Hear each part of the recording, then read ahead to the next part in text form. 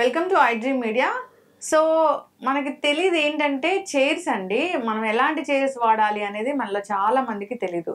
So chairs అనేవి అసలు ఎలా ఉండాలి, ఎలాంటి చైర్స్ అయితే మనకి కంఫర్టబుల్గా నొప్పి నడుము నొప్పి రాకుండా ఇలా ఉంటుంది. చైర్ సెలెక్షన్ అనేది ఎలా ఉండాలో పూర్తి వివరాలు తెలుసుకుందాం. మనతో పాటు ఉన్నారు ప్రముఖ ఫిజియోథెరపిస్ట్ డాక్టర్ శ్రీధర్ గారు. డాక్టర్ గారు నమస్తే అండి. నమస్తే అండి. డాక్టర్ గారు, ఈ క్వశ్చన్ నేను అడగడానికి ముఖ్యమైన కారణం ఏంటంటే మా స్టూడియో చైర్స్ రాగానే ఈ చైర్సా నాకు కంఫర్ట్ గా లేవా అనగానే నాకు అనిపించింది. అంటే అట్లా కూడా ఉంటుంది, చైర్స్ కంఫర్ట్ గా లేకపోవడం దాని వల్ల పెయిన్స్ రావడం అట్లా ఉంటుందా? ఉంటుందండి డెఫినెట్లీ. ఇప్పుడు మనం జనరల్ గా చాలా మంది ఇంట్లో చూస్తే కనుక సోఫాస్ ఇట్లాంటి చూస్తే చాలా కోజీ సోఫాస్ ఉంటాయి. అంటే ఇట్లా కూర్చుని వెంటనే ఇట్లా సింక్ అయినట్టు ఉంటాయి. సో అప్పుడు ఆటోమేటిక్ ఏమవుతుందంటే మనిషి ఏదో గుంతలో కూర్చున్నట్టు ఉంటుంది. సో లేవడానికి మనకే చాలా కష్టంగా ఉంటుంది. అట్లాంటిది పెద్దవాళ్ళకి తీసుకోండి, ఒక 60 ఏళ్ళలో ఒక 60 పైబడి ఉన్న వాళ్ళకి, వాళ్ళు లేవడానికి చాలా ఇబ్బందులు ఉంటుంది. ఎస్పెషల్లీ ఈ సోఫాలు కానీ లేకపోతే ఈ చైర్ సెలెక్షన్ ఏం చెప్తా అంటే మన బాడీ ప్లస్ లెగ్స్ కూర్చున్నప్పుడు ఈ యాంగిల్ అనేది 90 degrees ఉండాలండి. దానికన్నా కొంచెం ఎక్కువ ఉన్నా పర్వాలేదు. అంటే ఇప్పుడు ఫర్ ఎగ్జాంపుల్ ఈ నీస్ ఉన్నాయి, అంటే ఈ థైస్ ఉన్నాయి, ఈ అప్పర్ బాడీ ఉంది. సో ఇలా వెళ్తున్న కొలది మనకి నడుము మీద లోడ్ అనేది ఆల్మోస్ట్ డబుల్ ట్రిపుల్ అవుతూ ఉంటుంది. ఫర్ ఎగ్జాంపుల్ స్టాండింగ్ లో నించుంటే మనం మన లో బ్యాక్ లో వెయిట్ అంటే డిస్క్ ప్రెషర్ మాట్లాడుతున్నాను, ఇది 100 kilos ఉంటుంది నార్మల్ బిఎంఐ ఉన్న వాళ్ళకి. అదే నార్మల్ పర్సన్ మళ్ళీ సేమ్ బిఎంఐ ఉన్న వాళ్ళు కూర్చుంటే 140 kilos పడుతుంది. సో నించుంటే 100, కూర్చుంటే 140. అంటే మనకి యాంగిల్ పెరుగుతా కొలది పెరిగింది. ఇప్పుడు అదే యాంగిల్ ఇంకా పెరుగుతున్న కొలది ఏమవుతుంది, ఇంకా ఎక్కువ అయిపోతుంది. సో దాదాపుగా అది 200 నుంచి 220 kilos వరకు వెళ్తుంది. సో మనం ఎంత కింద కూర్చుంటే, ఇప్పుడు మనం టబ్ సీట్స్ అని ఉంటాయి చూసారా, కింద ఆల్మోస్ట్ కూర్చుంటాం.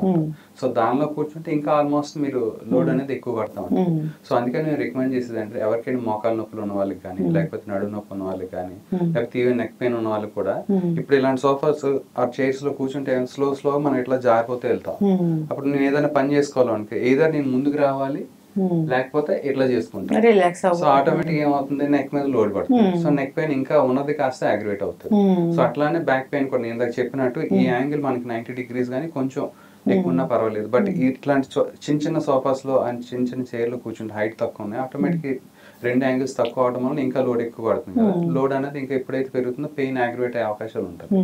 Plus at the same time మోకాలు నొప్పులు ఉన్న వాళ్ళు ఎక్కువసేపు కింద కూర్చొని లేచేటప్పుడు మనకి ఎంత పెయిన్ ఉంటుంది ఎవరికైనా మోకాలు, సేమ్ అట్లాంటి ఫీలింగే లో హైట్ సోఫాస్ కానీ, లో హైట్ అండ్ కౌచెస్ కానీ, లేకపోతే లో హైట్ చైర్స్ లో కూర్చొని లేచినప్పుడు కూడా మోకాల మీద అంతే ప్రెషర్ పడుతుంది. ఇట్లా ఉండకూడదు, ఎగ్జాక్ట్లీ. సో ఇప్పుడు నేను చాలా మంది హాస్పిటల్స్ లో వెయిటింగ్ ఏరియాస్ లో చూస్తాను, మీరు గమనించే ఉంటారు, చాలా లోగా ఉంటాయి. సో ఇప్పటికీ నాకు అర్థమైన క్వశ్చన్ ఏంటంటే, ఆ వెయిటింగ్ ఏరియాస్ లో చాలా సేపు కూర్చుంటాం, ఒకేసారి లేవడం అనేది అంత హైట్ నుంచి లేవాలంటే చాలా ఇబ్బంది పడుతుంటారు. ఎస్పెషల్లీ మీరు పెద్దవాళ్ళని చూస్తే చాలా కష్టంగా లేవుస్తారు. సో అదే కొంచెం ఆ సెటప్ మారిస్తే బాగుంటుందని నా ఫీలింగ్ అండి. సో ఎస్పెషల్లీ హాస్పిటల్స్ లో వెయిటింగ్ ఏరియాస్ లో ఉండే చైర్స్ అట్లాంటివి. సో ఇవన్నీ మనకి చాలా ఇబ్బందులు గురి చేస్తాం. చిన్న విషయాలే కానీ మనం అసలు పట్టించుకోక దాని వల్లే హెల్త్ ఇష్యూస్ అనేవి వస్తూ ఉంటాయి. ఇప్పుడు మాకు ఒక రెగ్యులర్ క్లయింట్ వస్తూ ఉంటారు. సో బ్యాక్ పెయిన్ ఫ్రీక్వెంట్ గా వస్తూ ఉంటది.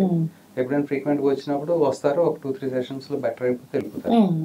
సో ఆటోమేటిక్ ఏమవుతుంది, ఒక 2-3 days తర్వాత మళ్ళీ వెళ్తే మళ్ళీ పెయిన్ వచ్చేస్తుంది. సో రీజన్ ఏంటి అంటే ఆయన కూర్చునేది లో సోఫా. అంటే ఇప్పుడు మన ఈ వాల్ చైర్ అంటాం కదా, పాతకాలంలో ఇట్లా వాల్ చైర్ లాంటిది ఉంటుంది, రిక్లైన్ చైర్ లాంటిది. అంటే అది ఎంత హైట్ ఉంటుంది, చాలా తక్కువ ఉంటుంది. దానిలో కూర్చొని పేపర్ చదవటం, మనం ఎంతసేపు ఇట్లా కూర్చొని చదవలేం కదా, ఆటోమేటిక్ ఇలా వచ్చేస్తాం. ఇలా వచ్చినప్పుడు ఆటోమేటిక్ యాంగిల్ తగ్గినప్పుడు నడుము మీద లోడ్ పడుతుంది, ఆటోమేటిక్ పెయిన్ పెరిగిపోతుంది. సో ఆ రీజన్ తెలుసుకోవడానికి ఒక 1 గంట నుంచి 40 నిమిషాలు పట్టింది. ఎందుక మళ్ళీ వస్తుంది పోతుంది. అప్పుడు చైర్ మారిస్తే it was quite better. So అట్లా. సో ఇలాంటి మనకు తెలియకుండా చాలా చాలా జరుగుతూ ఉంటాయి. ఇప్పుడు ఆఫీస్ చైర్స్ ఉంటాయి కదా డాక్టర్ గారు, అవి ఎట్లా ఉండాలి? ఆఫీస్ చైర్స్ ఇప్పుడు జనరల్ గా ఇప్పుడు పెద్ద సాఫ్ట్వేర్ కంపెనీలు చూస్తే గనక అన్ని సాఫ్ట్వేర్ కంపెనీస్ లో ఎర్గనామికల్ చైర్స్ ఇస్తున్నారండి. కొన్ని చోట్ల తప్పదు. సో అందుకని మేము ఏం చెప్తాం అంటే, నేను చెప్పినట్టు ఈ లెగ్స్ ప్లస్ బాడీ ఎప్పుడు 90 degrees ఉండాలి. అండ్ హ్యాండ్ రెస్ట్ కూడా ఇదిగో నేను ఇప్పుడు చూపించినట్టు ఇట్లా 90 degrees ఉండాలి. సో ఇప్పుడు ఇది ఎక్కువ, ఒకవేళ టేబుల్ ఎంత హైట్ లో ఉండి చేసినా కష్టం, ఒకవేళ ఇంకా తక్కువ ఉన్నా కష్టం. ఇప్పుడు కొంతమంది ల్యాప్టాప్ వాడతారు, ల్యాప్టాప్ వాడినప్పుడు మనం ఏదర్ మనం ఒడిలో పెట్టుకోవడం కానీ, లేకపోతే మంచం మీద పెట్టుకోవడం కానీ చేస్తూ ఉంటాం. కొంతమంది డైనింగ్ టేబుల్ మీద పెట్టుకొని చేస్తూ ఉంటారు. సో అప్పుడు ఏమవుతుంది, డైనింగ్ టేబుల్ అయితే ఈ హైట్ లో ఉంటుంది. ఓకే, ల్యాప్టాప్ మీద అంటే మనం ఒడిలో కూర్చొని పెట్టుకుంటే ఇట్లా చూస్తాం, అది కూడా కష్టమే. మంచం మీద పెట్టుకుంటే ఇట్లా ముందుకు వెళ్తాం. సో ఇవన్నీ బ్యాడ్ ఎర్గనామిక్ పాస్చర్స్ అనమాట. సో అందుకనే వర్క్ ఫ్రమ్ హోమ్ తర్వాత చాలా మందికి ఈ పెయిన్స్ ఎక్కువైనాయి.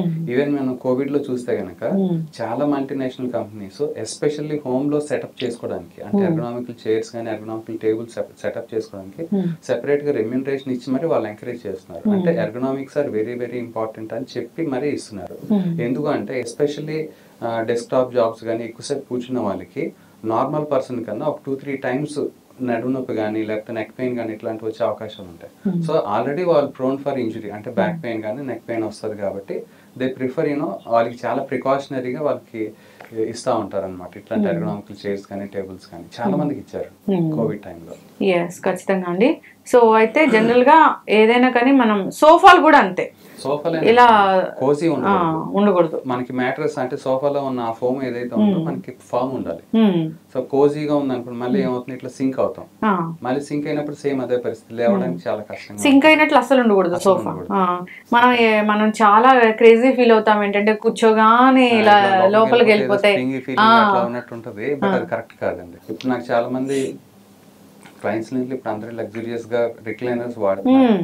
సో అది రెస్టింగ్ వర్కేనండి రిక్లైనర్స్. చాలా మంది ఏం చేస్తారంటే ప్రతి దానికి రిక్లైనర్ వాడతారు. కాఫీ తాగడానికి, పేపర్ చదవడానికి, బుక్ చదవడానికి, ఆఖరికి వర్క్ చేసుకోవడానికి కూడా.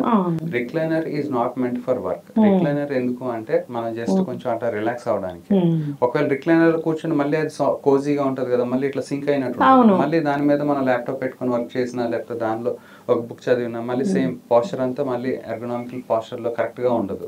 సో బ్యాండ్ పోస్చర్ లోకి వెళ్ళి మళ్ళీ ప్రాబ్లమ్స్ వస్తాయి. సో అందుకనే వాళ్ళు ఫస్ట్ మేము అడిగేది హిస్టరీలో మీ హాబీస్ ఏంటి, మీ హాబీస్ లో మీరు ఎట్లా కూర్చుంటారు, ఏం చేస్తారు. కొంతమంది చాలా మంది మీరు చూస్తే ఇప్పుడు చాలా మందికి కింద తిన్న అలవాటు అయింది. That is good actually. So తిన్న వెంటనే ఏం చేస్తారంటే గోడకి వెళ్ళి అలా ఆనుకొని కూర్చునే అలవాటు ఉంటుంది చాలా మందికి. సరే ఏం లెగుస్తాంలే అని చెప్పి. సో అప్పుడు ఏమవుతుంది, గోడకి ఎప్పుడైతే ఆనుకుంటామో మనకి ప్రాపర్ గా వీక్ సపోర్ట్ ఉండదు బ్యాక్ కి. ఎప్పుడైతే సపోర్ట్ ఉంటే ఇట్లా స్లోగా జారితే ఇలా కూర్చొని ఎక్కువ మాట్లాడుతూ ఉంటాం, మళ్ళీ స్లోగా బ్యాక్ పెయిన్ స్టార్ట్ అవుతుంది. సో అందుకనే ప్రతి ఒక్క పాస్చర్ మాకు ఇంపార్టెంట్ అండి. అట్ ద సేమ్ టైం కొంతమందికి బెడ్ కి అంటే పడుకునే ముందు బుక్స్ చదివే అలవాటు ఉంటుంది. ఇప్పుడు సేమ్ మళ్ళీ బెడ్ కి ఇట్లా ఆనుకొని చదువుతారు. ఆనుకొని చదివినప్పుడు ఎట్లా ఉంటది, ఫస్ట్ ఇలా కూర్చుంటారు స్ట్రైట్ గా, స్లోగా ముందుకు నెమ్మదిగా అలా జారిపోతా ఉంటారు. ఆఖరికి 2 కాళ్ళు ఇలా చాపుకొని జారిపోయిన తర్వాత చదువుతూ ఉంటే ఏమవుతుంది, నడుము మీద లోడ్ ఎక్కువ, ఎట్లా కంఫర్ట్ కావాలి అట్లా కూర్చున్నా. సో నడుము మీద లోడ్ పడుతుంది, at the same time neck మీద కూడా లోడ్ పడుతుంది. సో ఇది కూడా మంచిది కాదు. ఇట్లాంటి చిన్న చిన్నవి మనము గుర్తించకుండా నెగ్లెక్ట్ చేయడం వల్ల చాలా చాలా ఇలాంటి పెయిన్స్ కి దారితీస్తాయి.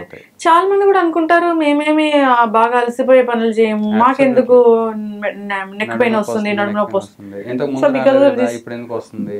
సో ఇప్పుడైతే మేము చెప్తా ఉంటాం, ఇవన్నీ చెప్తూ ఉంటే ఇన్ని పాటించాలని మాకు క్వశ్చన్ అడుగుతారు. బట్ సైంటిఫికల్ గా ఇది ఆల్రెడీ ప్రూవ్ అని నేను చెప్పింది కాదు, ఎంత లోడ్ పడుతుందని సైంటిఫికల్ గా ప్రూవ్ అయింది. మేము ఎక్స్ప్లెయిన్ చేస్తే వాళ్ళు తెలుసుకొని మీరు కరెక్ట్ గా ఒక 4 రోజులు పాటించొద్దు, దాని తర్వాత పెయిన్ ఎలా ఉందో చూడండి అంటే వాళ్ళకి తెలిసిపోతుంది. ఆ డిఫరెన్స్ చూసిన తర్వాత దే రియలైజ్. ఇప్పుడు మేము చెప్పిన ప్రతి ఒక్కటి తినేంటి ఇలా చెప్తున్నారు, కూర్చోవడం కూడా సరి కూర్చోవద్దు అంటున్నారు, అట్లా అంటారు ఇట్లా అంటారు అని చాలా మంది అనుకునే వాళ్ళు ఉన్నారు డెఫినెట్ గా. సో ఎప్పుడైతే అట్లా అనుకుంటాం మళ్ళీ పెయిన్ పెరుగుతుందో తగ్గదు.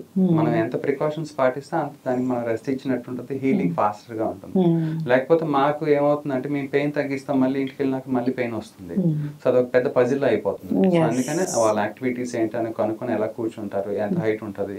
కొన్నిసార్లు మనకి పోస్ట్ సర్జరీ కూడా కొంతమందికి చాలా వాళ్ళకి ఇప్పుడు టాయిలెట్కి వెళ్ళేటప్పుడు చాలా ఇబ్బంది అవుతుంది.